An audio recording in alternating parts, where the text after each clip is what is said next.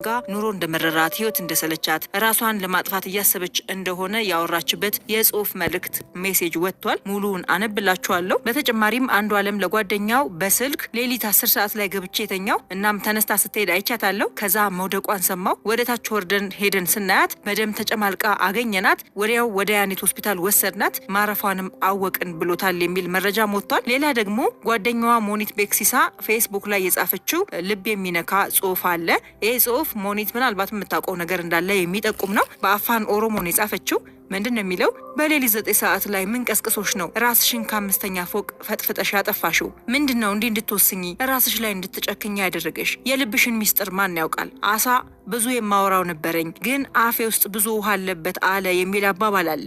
ግን ሚስጥር ተደብቆ አይቀርም። አንድ ቀን ይወጣና እንሰማዋለን። እናትሽ ልጄ የታለች እያለች እየተጨነቀች ነው። ይብላኝ ለሷ፣ ይብላኝ ለቤተሰቦችሽ፣ ነፍስሽን ይማር የሚል መልእክት አስፈራለች። መጀመሪያ ወደ አነሳሁት ከጓደኛዋ ጋር ራሷን ስለማጥፋት ህይወት እንደመረራት ኑሮ እንዳስጠላት ያወራችበት ጽሁፍ የተጻጻፉት ሜሴጁን ከ8 ከ7 ወር በፊት ነው። ምንድን ነው የሚለው? ላንብብላችሁ ሙሉ በሙሉ።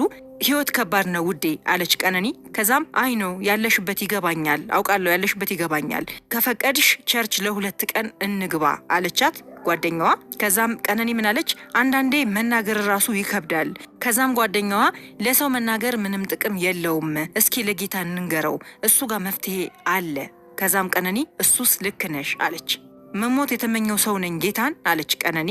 ስትመልስላት ጓደኛዋ ውዴ አንቺ ጠንካራ ሴት ነሽ፣ ገና ምን አይተሽ፣ ብዙ ነገር ከፊትሽ አለ፣ እንደዚህ አትሁኝ በጌታ አለቻት። ከዛም ቀነኒ መልሳ ደከመኝ ውዴ፣ ከምችለው በላይ በጣም ደከመኝ ጌታን አለቻት። ጓደኛዋ ምን አለቻት? አይዞሽ የኔ ቆንጆ፣ ጌታ ይረዳሻል፣ ያልፋል። ሁሉም ታሪክ ሆኖ አንድ ቀን ፈገግ እያልሽ ታወሪዋለሽ።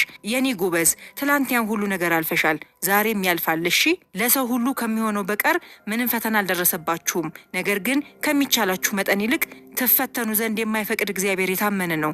ትታገሱም ዘንድ እንድትችሉ ከፈተናው ጋር መውጫውን ደግሞ ያደርግላችኋል የሚል የመጽሐፍ ቅዱስ ጥቅስም አብራ ላከችላት። ቀነኒ ምን አለች? በጣም የበዛ የአእምሮ ሰላም እረፍት ከምንም ነገር ይበልጣል አለቻት። ጓደኛው ምን አለች? ለዛ ነው ሁሌም ቢሆን ከምንም በላይ ራስሽን አስቀድሚ ያልኩሽ፣ ሁሉም ነገር ካንቺ በታች ነው የሚሆን ያለበት አለቻት። ከዛም ቀነኒ መልሳ ምን ክፉ ቀን ነው የገባሁት አለች። ያገባሁት ለማለትም ይሁን አላቅም፣ ብቻ ምን ክፉ ቀን ነው የገባሁት ይላል። ከዛም ጓደኛዋ በህይወትሽ ማለፍ ያለበት ሁሉም ያልፋል፣ እኛ ስለፈለግን አይደለም፣ ነገ የተሻለ ቀን ነው፣ እሱን አትርሺ አለቻት። ቀነኒ ምን አለች? ቲጂዬ እኔ ያለሁበትን ህይወት 30 ሰከንድ እንኳን አትቀመጭበትም።